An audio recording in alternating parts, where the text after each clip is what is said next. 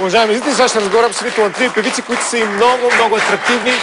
При мен са момичето от трио сопрано Денислава, Печи и Биляна. Добре дошли, как сте? Здравейте, изглеждате страхотно. Здравейте. Ние много се радваме да сме тук. Този стайлинг умишлено ли така е решен? Руса, червенокоса, черна?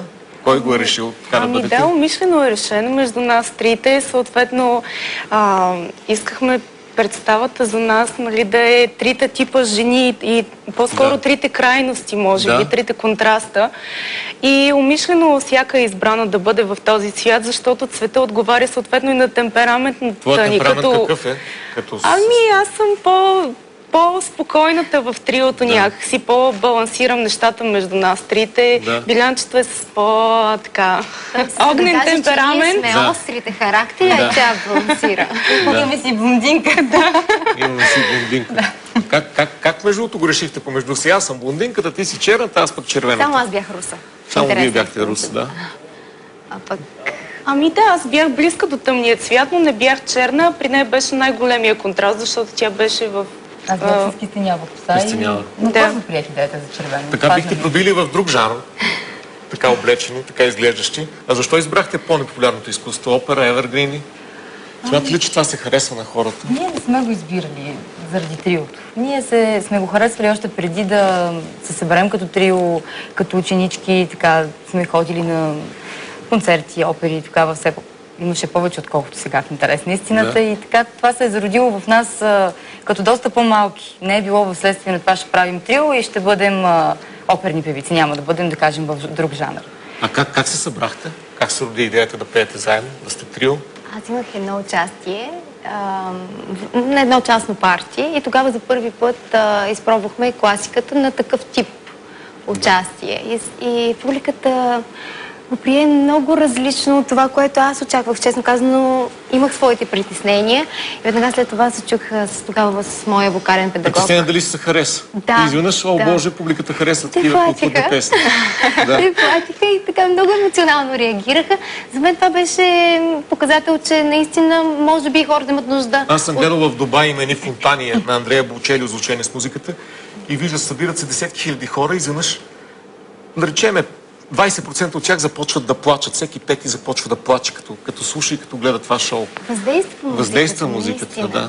И така решихме, защо вече има варианти различни на трима тенори, решихме с нашата преподавателка доцент Чекирджиева Новак да направим един женски вариант. Къде ви учите вие? Къде ви преподава?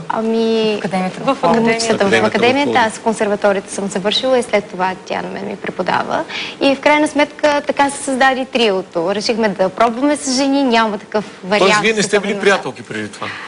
Познавахме се, но не бяхме приятелки. А как съвместихте характерите? Едно, че ви съвпадат гласовете с характерите. Ами с времето се напъснахме. Не беше лесно, но в крайна сметка... Когато имаш цел и желание, човек трябва да пречупи някои неща от себе си, които не пречат в определени моменти. А защо сопрано? Защо така е? Като семейство сопрано.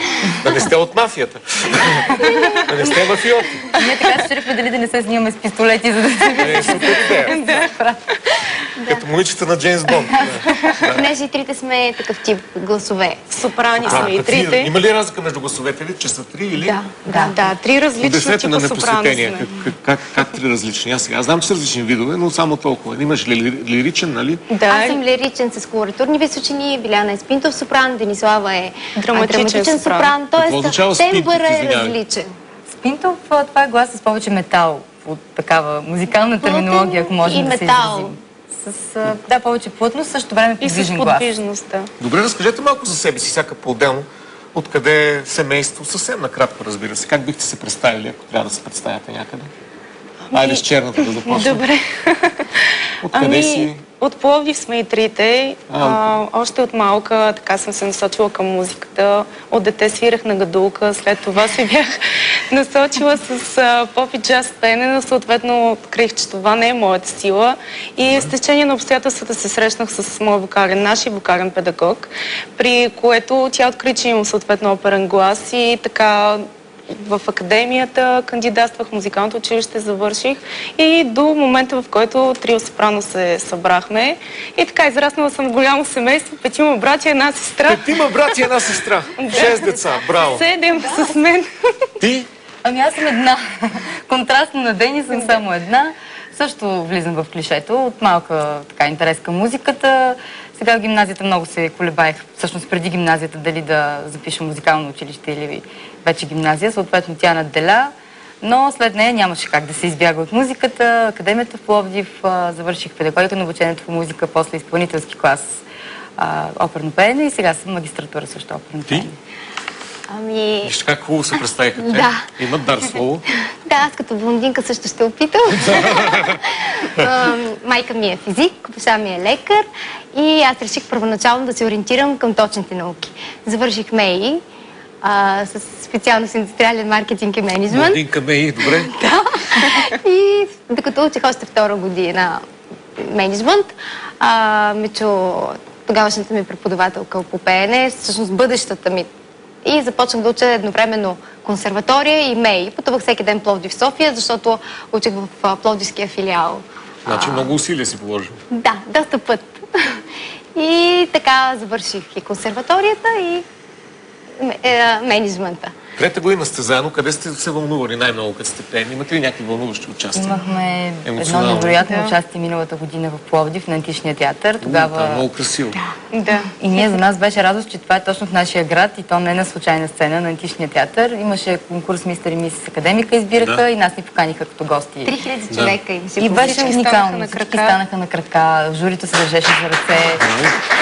Всички капели на бис 3 пъти. Да, беше уникално. По-различна ли е вашата публика или е като всяка друга?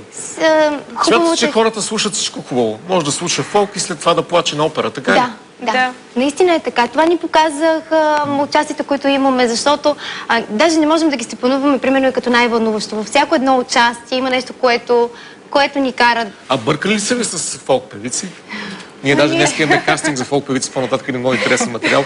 Бъркали ли са ви? Питали са ни, но... Да, В началото не знаят какво да очакват. Да. Това е истината. Излизаме, те гледах се ни. усмихват, радват се, докато започнем да пеем първата секунда, две, Шаши три, паника. след това... Имате ли си ритуал преди да излезете на сцената? Ами да, молим идваме. се. Да. Молите се. Плащаме с сърце и с Религиозни сте, значи. Да. Да. Да, вярваме в това, което правим и че това е дарба и че наистина има смисъл. Не се ли карате помежду си? Караме се. Караме се, да. Три жени Няма на едно как. място?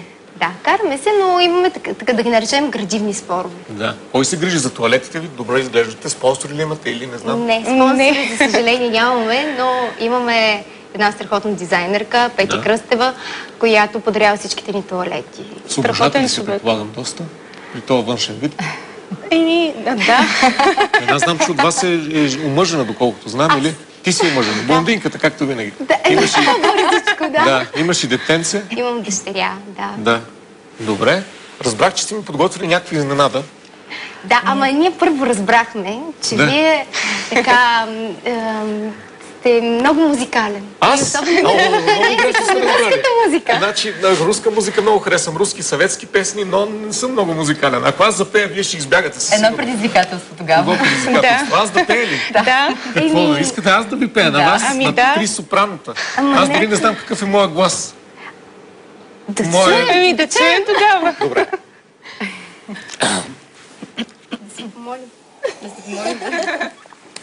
Слушай, рабочий, война началася.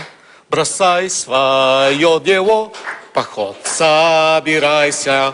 Смело мы в бой пойдем, за вас советов, и как один умрем в борьбе за это. Абсолютно въздействие. Нали?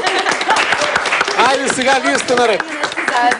Сега вие сте наред. Особен начин ни въздейства. Нали? Бяхте готови да тръгнете в атака. Да, да. Добре?